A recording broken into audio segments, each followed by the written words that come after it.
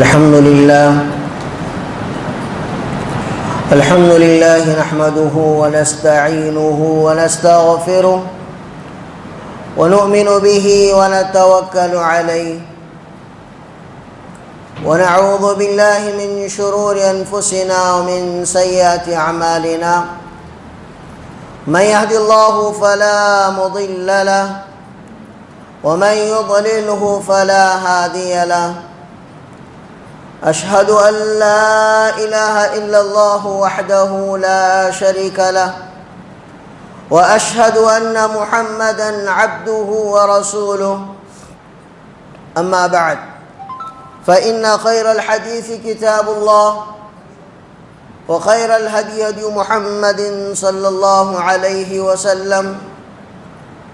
وشر الأمور محدثاتها وكل محدثة بدعة وكل بدعة ضلالة وكل ضلالة في النار فأعوذ بالله السميع العليم من الشيطان الرجيم قاف والقرآن المجيد بل عجبوا أن جاءهم منذر منهم فقال الكافرون هذا شيء عجيب أإذا متنا وكنا ترابا ذلك رجع بعيد قد علمنا ما تنقص الأرض منهم وعندنا كتاب حفيظ بل كذبوا بالحق لما جاءهم فهم في أمر مريج وقال الله عز وجل والسابقون الأولون من المهاجرين والأنصار والذين اتبعوهم بإحسان رضي الله عنهم ورضوا عنه وأعد لهم جنات تجري تحتها الأنهار خالدين فيها أبدا ذلك الفوز العظيم. محترم حضرات، بزرگوں، عزیز نوجوانوں و معزز خواتین اسلام، السلام علیکم ورحمۃ اللہ وبرکاتہ. ہر قسم کی تعریف، حمد و ثنا، بڑائی و کبریائی، عزت و سربلندی صرف اور صرف اسی رب العالمین کے لیے لائق و دیبا ہے،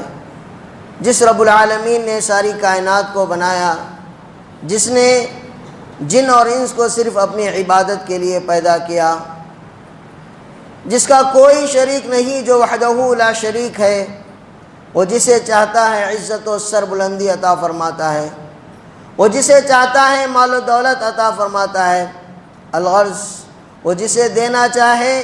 کائنات کی ساری طاقتیں، حکومتیں مل کر روکنا چاہے تو روک نہیں سکتی. اللہم لا مانع لما اعطیت. حمد کے بعد درود و سلام نازل ہو اللہ تبارک و تعالیٰ کے تمام نبیوں پر، خصوصاً میرے اور آپ کے پیارے نبی، آخری نبی، سید المرسلین، خاتم النبیین، رحمت للعالمین، محمد مجتبیٰ صلی اللہ علیہ وسلم پر.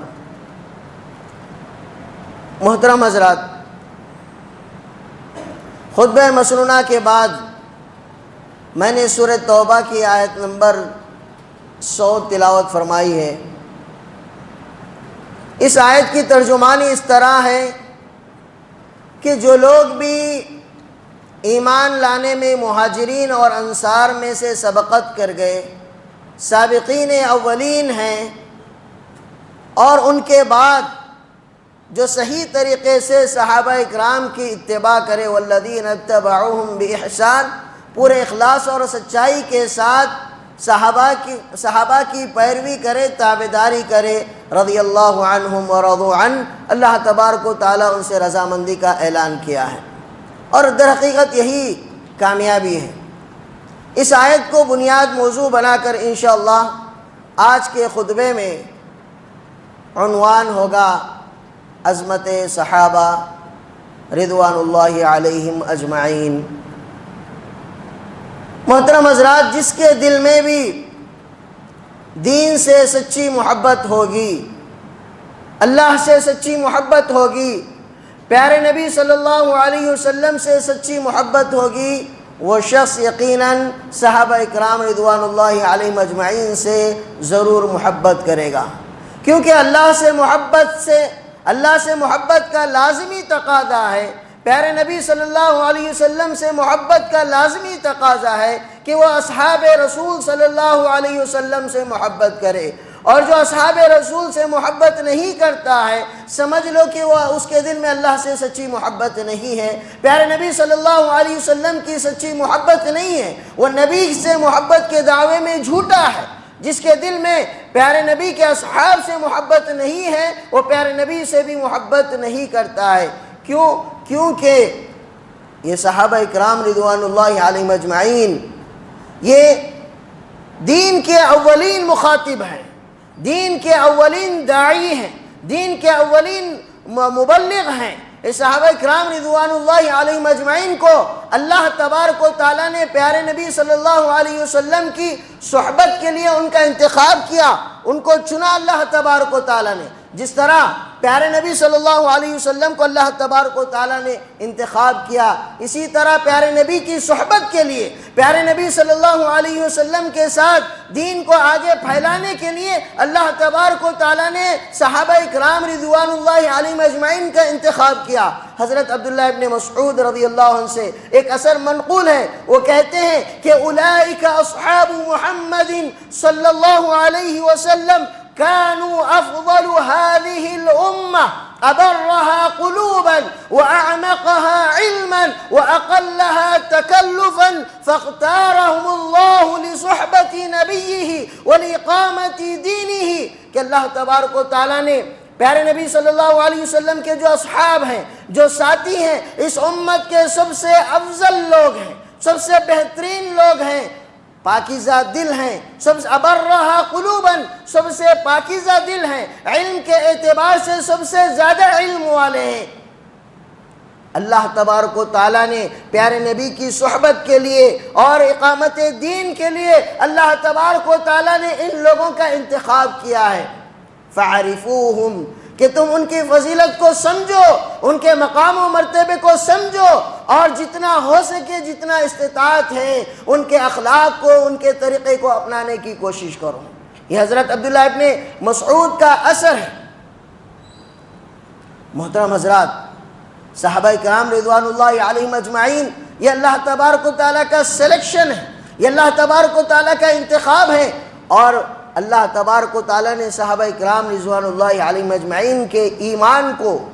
حق اور باطل کے جانچنے کی کسوٹی اور ایک معیار بنایا اللہ تبارک و تعالیٰ نے۔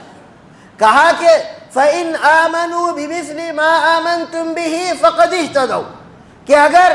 جو لوگ صحابہ کے طریقے پر ایمان لائے، ایمان کیسا ہونا چاہیے؟ ایمان صحابہ جیسا ایمان لائے، ان کے جیسا ایمان ہونا چاہیے۔ فَإِنْ آمَنُوا بِمِثْلِ مَا آمَنْتُمْ بِهِ فَقَدْ اهْتَدَوْا حق اور باطل کو جانچنے کا معیار پیارے نبی صلی اللہ علیہ وسلم نے بتایا کہ ایمان کیسا ہونا چاہیے، کن کا ایمان مقبول ہے اللہ تعالیٰ کے پاس، کون لوگ ہدایت پر ہیں۔ فَإِنْ آمَنُوا بِمِثْلِ مَا آمَنْتُمْ بِهِ فَقَدْ اهْتَدَوْا اگر یہ لوگ اس طرح ایمان لائے جس طرح صحابہ کرام رضوان اللہ علیہم اجمعین ایمان لائے تو یہ ہدایت پر ہے، صراط مستقیم پر ہے۔ حق اور باطل کو اور ایمان اور نفاق کو جانچنے کا ایک کسوٹی بتایا، کہا آیت المنافقی بغض الانصار وآیت المؤمن حب الانصار آیت الایمان حب الانصار وآیت النفاق بغض الانصار کہ پیارے نبی نے کہا کہ جس کے دل میں انصار سے محبت ہے سمجھ جاؤ کہ وہ مومن ہے، جس کے دل میں انصار سے بغض ہے سمجھ جاؤ کہ وہ منافق ہے۔ انصار وہ صحابہ ہیں جنہوں نے پیارے نبی صلی اللہ علیہ وسلم اور آپ کے مہاجر صحابہ کی مدینے میں انہوں نے مدد کی، تو آپ صلی اللہ علیہ وسلم نے فرمایا کہ ایمان کا یہ جانچنے کا ایک ذریعہ ہے کہ جس کے دل میں سمجھ جاؤ کہ انصار سے، صحابہ اکرام سے بغض ہے، نفرت ہے، وہ نفاق ہے، وہ منافق ہے، وہ پکا منافق ہے۔ اور جس کے دل میں صحابہ کی محبت ہے، انصار کی محبت ہے، سمجھ جاؤ کہ وہ مومن ہے، پکا مومن ہے۔ اور صحابہ کرام رضوان اللہ علیہم اجمعین وہ جماعت ہیں جن کا تذکرہ اللہ تبارک و تعالیٰ نے سابقہ آسمانی کتابوں میں ان کا تذکرہ فرمایا. جس طرح پیارے نبی صلی اللہ علیہ وسلم کی صفات تورات اور انجیل میں موجود ہیں، اسی طرح اللہ کے رسول صلی اللہ علیہ وسلم کے ساتھیوں اور صحابہ کا تذکرہ بھی سابقہ کتابوں میں موجود ہے. اللہ تبارک و تعالیٰ نے فرمایا محمد الرسول اللہ والذین معه اشداء علی الکفار رحماء بینہم تراہم رکعا سجدا یبتغون فضلا من اللہ ورضوانا سیماہم فی وجوہم من اثر السجود ذالک مثلہم فی التوراۃ ومثلہم فی الانجیل.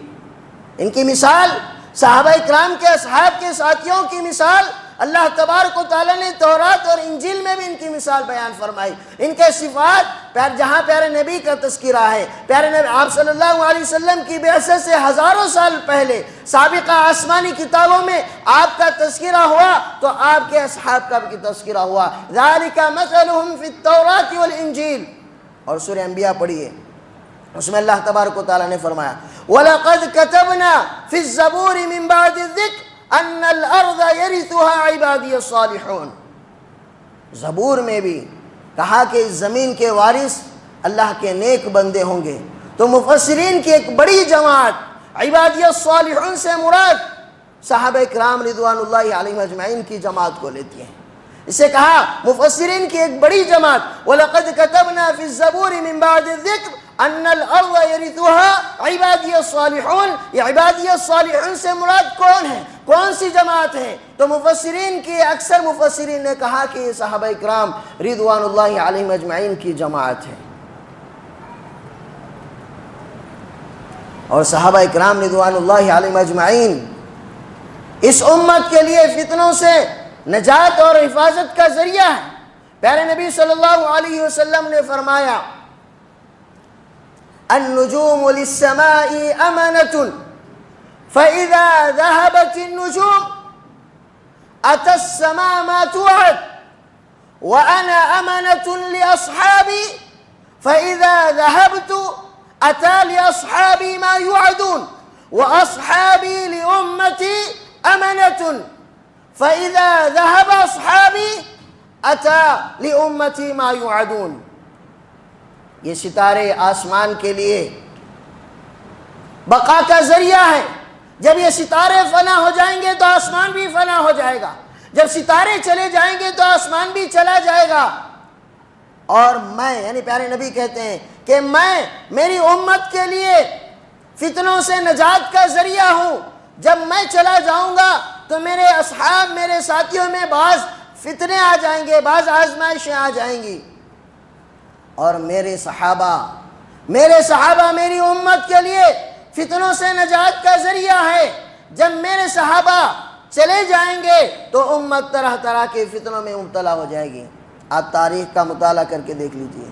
تاریخ پڑھ کر دیکھ لیجئے کہ صحابہ اکرام رضوان اللہ علیہم اجمعین کے وفات کے بعد کیسے کیسے فتنے رونما ہوئے اور آج تک نئے نئے فتنے رونما ہو رہے ہیں. انکار حدیث کا فتنہ،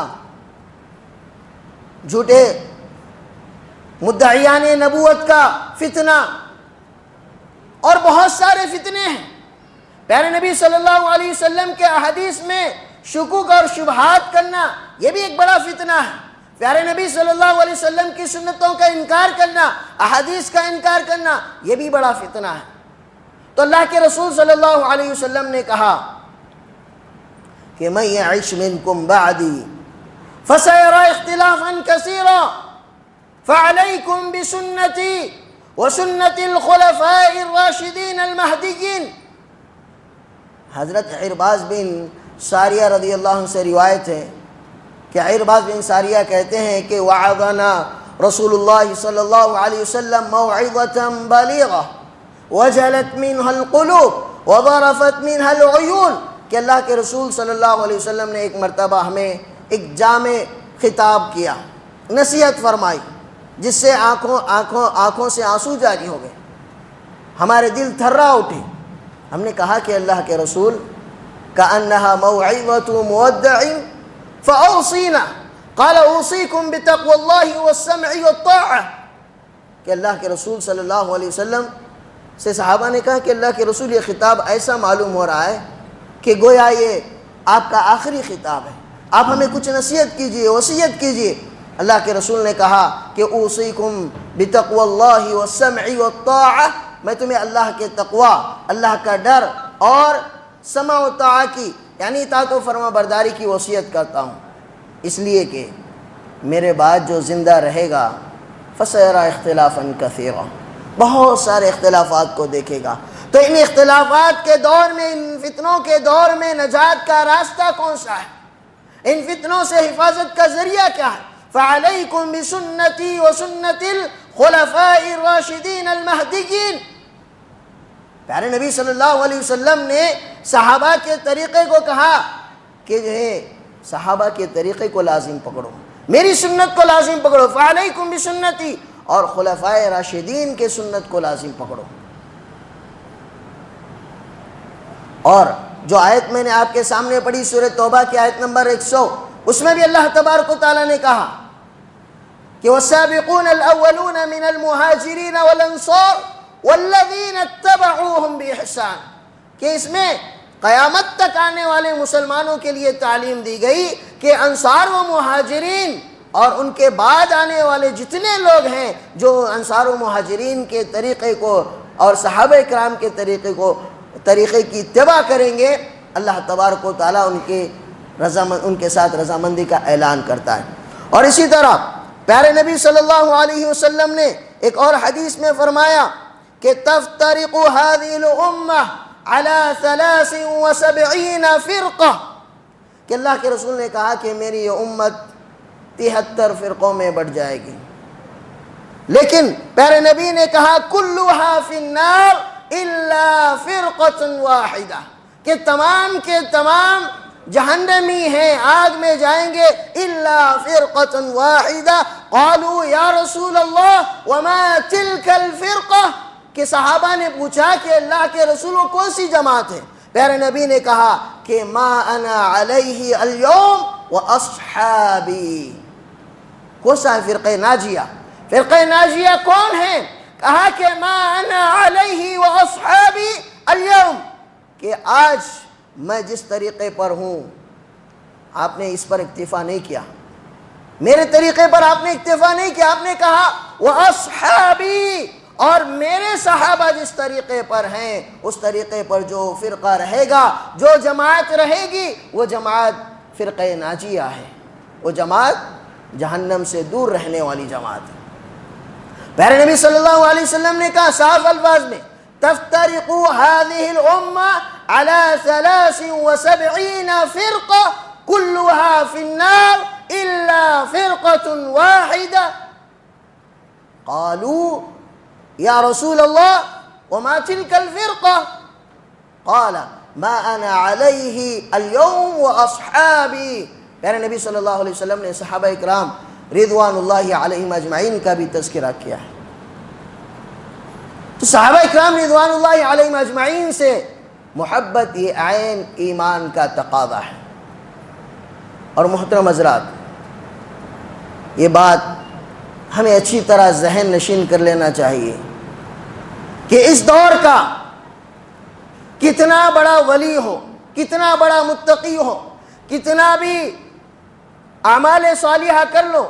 وہ صحابہ کرام رضوان اللہ علیہم اجمعین کے مقام اور مرتبے کو نہیں پہنچ سکتا ہے۔ پیارے نبی صلی اللہ علیہ وسلم نے کہا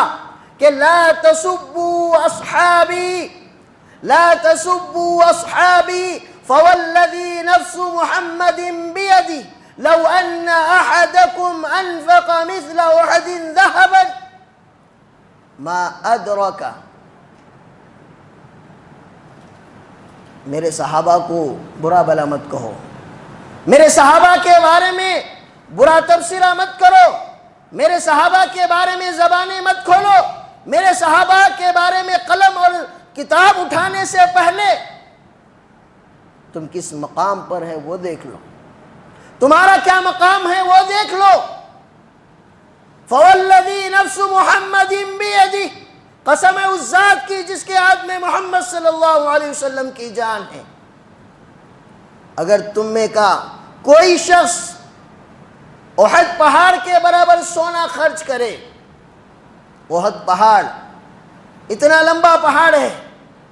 مدینہ کا سب سے بڑا پہاڑ ہے، آج کے دور میں احد پہاڑ کے برابر سونا خرچ کرے، کیا خرچ کرے؟ سونا خرچ کرے۔ تو صحابہ اکرام رضوان اللہ علیہم اجمعین نے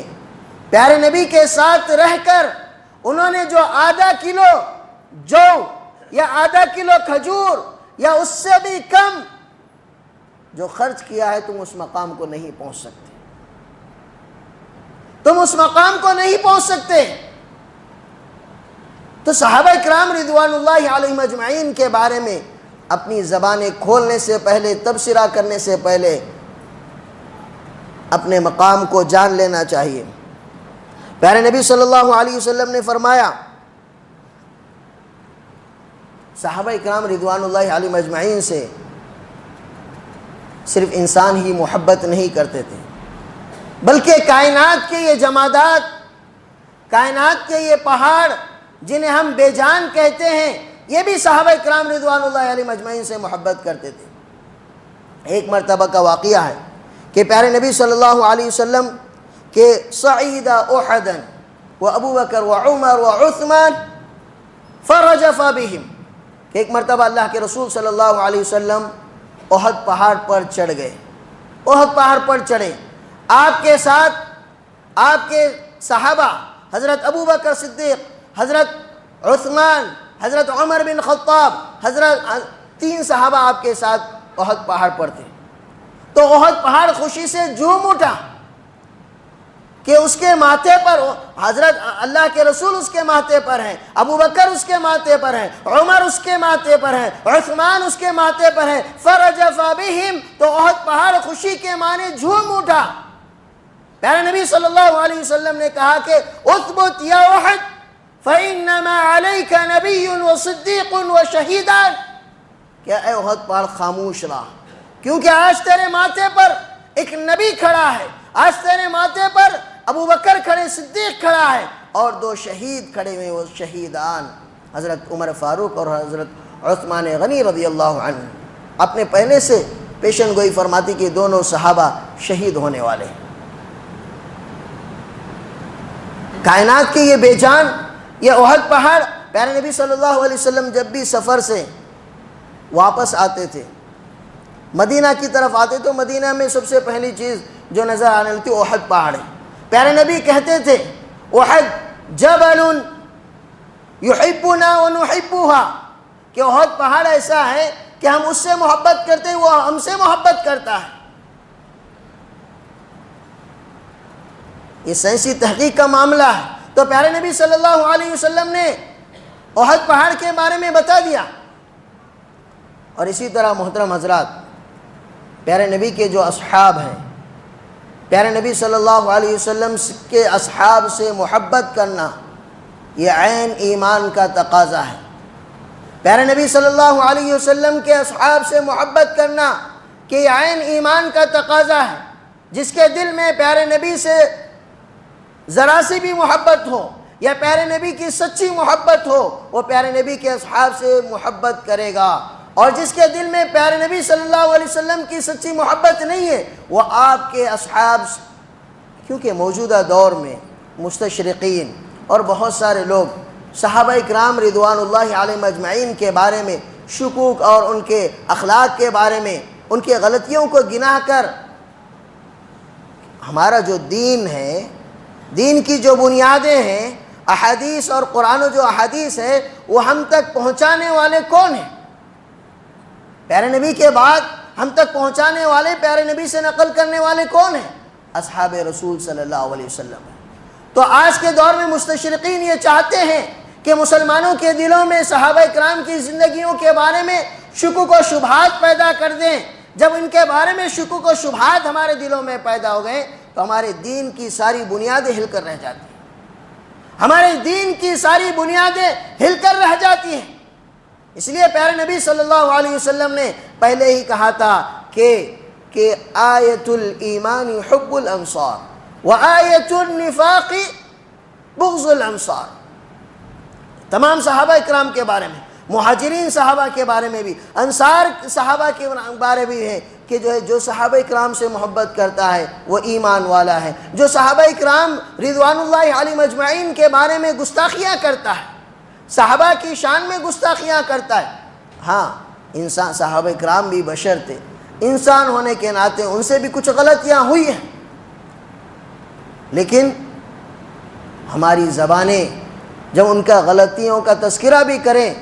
تو ادب کے دائرے میں رہ کر ان کی غلطیوں کا تذکرہ کریں. صحابہ اکرام سے سب سے پہلے ان کے ساتھ ادب و احترام کا معاملہ ہو، ادب و احترام کا معاملہ ہو. جب بھی صحابی کا نام آئے رضی اللہ عنہم ورضوا عنہ کہیں. صحابہ اکرام کا جب بھی نام لیں ان کے ساتھ ادب و احترام کا معاملہ کریں، کیونکہ اللہ تبارک و تعالیٰ نے یہ لقب انہیں عطا فرمایا. قرآن مجید میں کئی جگہ پر، سورہ توبہ جو ابھی میں نے آیت پڑھی، آیت نمبر 100، اس میں بھی اللہ تبارک و تعالیٰ نے کہا کہ رضی اللہ عنہم ورضوا عنہ. یہ وہ مقام ہے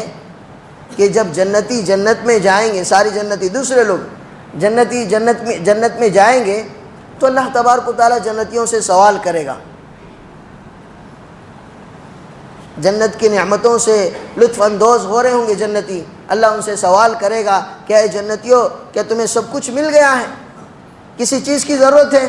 تو جنتی کہیں گے کہ اللہ ہم خوش ہیں، ہمیں ساری چیز ملی، اس کے بعد کوئی چیز کی ضرورت نہیں ہے. تو اللہ تعالیٰ کہے گا کہ اس سے بڑی چیز میں تمہیں دینے والا ہوں. جب اللہ اعلان کرے گا کہ آج میں تم سے راضی ہو گیا، آج کے بعد کبھی میں تم سے ناراض نہیں ہوں گا، جنتیوں کو جنت میں جانے کے بعد یہ مقام ملے گا. لیکن صحابہ اکرام رضوان اللہ علیہم اجمعین کی جماعت وہ ہیں جو دنیا میں ہی اللہ تبارک و تعالیٰ نے انہیں رضی اللہ عنہم ورضوا عنہ کا خطاب اللہ تبارک و تعالیٰ نے دے دیا. اگر صحابہ اکرام کی انفرادی ہم فضیلتیں بیان کرنے لگے، حضرت ابوبکر رضی اللہ عنہ کی فضیلت یا عمر فاروق رضی اللہ عنہ، ایک ایک صحابی کے لیے ایک ایک خطبہ درکار ہے. لیکن اجتماعی طور پر صحابہ اکرام کا جو ایمان تھا، ان کا جو علم تھا، ان کے جو اخلاق تھے، ان کے جو قربانیاں تھے، ان کا جو جذبہ اطاعت تھا، رہتی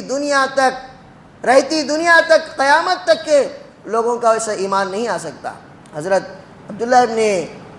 عمر رضی اللہ عنہ کا ایک قول ہے، حدیث نہیں ہے لیکن حضرت عمر رضی اللہ عنہ کا ایک قول، شیخ الاسلام ابن تیمیہ رحمہ اللہ مجموع الفتاوی میں یہ قول ہے. وہ کہتے ہیں کہ اگر اللہ کی قسم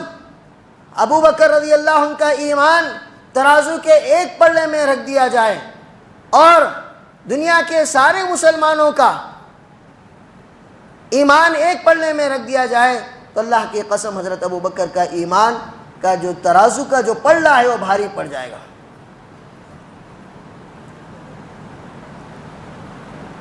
حضرت عمر فاروق رضی اللہ عنہ کے بارے میں پیارے نبی صلی اللہ علیہ وسلم نے فرمایا کہ اگر میرے بعد نبوت اور رسالت کا سلسلہ ختم ہو گیا، لیکن اگر نبوت اور رسالت کا سلسلہ جاری رہتا تو اگر میرے بعد کوئی نبی ہوتے تو حضرت عمر فاروق ہوتے. حضرت عمر فاروق رضی اللہ عنہ جن کے بہت سارے مشوروں کے مطابق آسمان سے وحی نازل ہوئی، چاہے وہ بدر کے قیدیوں کے بارے میں مسئلہ ہو یا حجاب کے بارے میں مسئلہ ہو، حضرت عمر رضی اللہ عنہ کے مشورے کے بعد آسمان سے یہ آیتیں نازل ہوئی. حضرت عثمان غنی رضی اللہ عنہ، اللہ کے رسول صلی اللہ علیہ وسلم جب غزوہ تبوک کی تیاری کر رہے تھے، آپ صلی اللہ علیہ وسلم منبر پر کھڑے ہو گئے اور کہا کہ آج مجاہدین کے لیے سخت سامان کی ضرورت ہے، تم میں سے کون ہے جو مجاہدین کی مدد کے لیے تعاون کرے گا، مدد کرے گا؟ تو مجلس میں حضرت عثمان غنی رضی اللہ عنہ کھڑے ہوئے، اللہ کے رسول کہ میری طرف سے 10,000 دینار میری طرف سے میں مجاہدین کو دینے کے لیے تیار ہوں. اس کے بعد پھر مزید ضرورت تھی، آپ صلی اللہ علیہ وسلم نے پھر اعلان کیا، پھر حضرت عثمان غنی رضی اللہ عنہ اٹھے، پھر اعلان کیا، پھر تیسری مرتبہ بھی حضرت عثمان غنی اٹھے. اس کے بعد اللہ کے رسول نے کہا کہ اللہ کی قسم کہ ما ضر، کہ آج کے بعد عثمان غنی کو کوئی چیز روک نہیں سکتی جنت میں جانے سے. آج کے بعد عثمان غنی کوئی عمل کرے یا نہ کرے، جنت میں جانے سے انہیں کوئی چیز روک نہیں سکتی. تو یہ اصحاب رسول صلی اللہ علیہ وسلم ہے. اصحاب رسول صلی اللہ علیہ وسلم کا احترام کرنا، ان کی تعظیم کرنا اور ان کا نام آئے تو ادب و احترام سے اور ان کے ساتھ محبت کرنا، یہ عین ایمان کا تقاضا ہے۔ کسی واقعے کو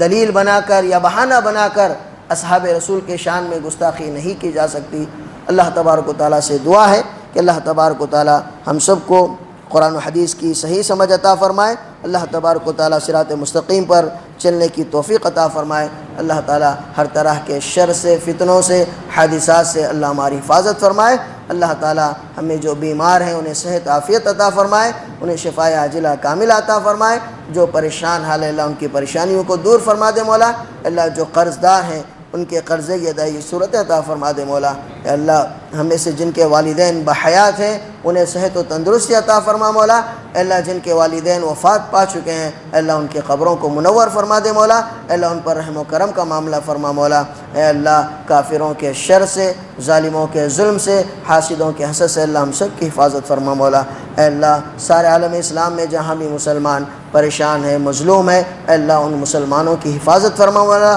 اللہ خصوصاً فلسطین اور غزہ کے مسلمانوں کی مدد فرما مولا، اے اللہ ان کے مساجد کی، ان کے گھروں کی، بچوں کی، خواتین کی حفاظت فرما لے مولا، اے اللہ ہمارے ملک میں بھی امن و سلامتی عطا فرما مولا، اے اللہ ہمارے مساجد کی حفاظت فرما مولا، اے اللہ ہمارے مدارس کی حفاظت فرما مولا، اے اللہ ہم سب کو قبر کے عذاب سے، جہنم کے عذابات سے بچا لے مولا، اللہ جنت الفردوس میں اعلیٰ سے اعلیٰ مقام نصیب فرما مولا، آمین وآخر دعوانا الحمدللہ رب العالمین، اقول قولی هذا استغفر اللہ لی ولکم ولسائر المسلمین من کل ذنب واتوب الیہ۔